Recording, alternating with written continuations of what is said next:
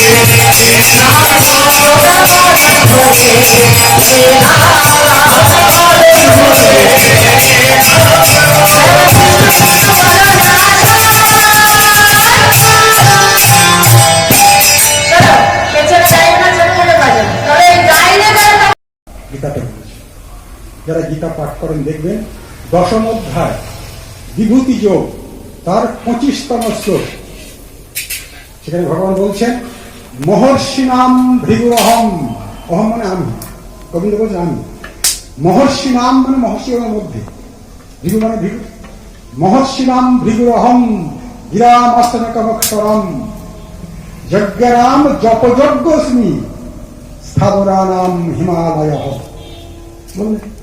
অর্থ কি?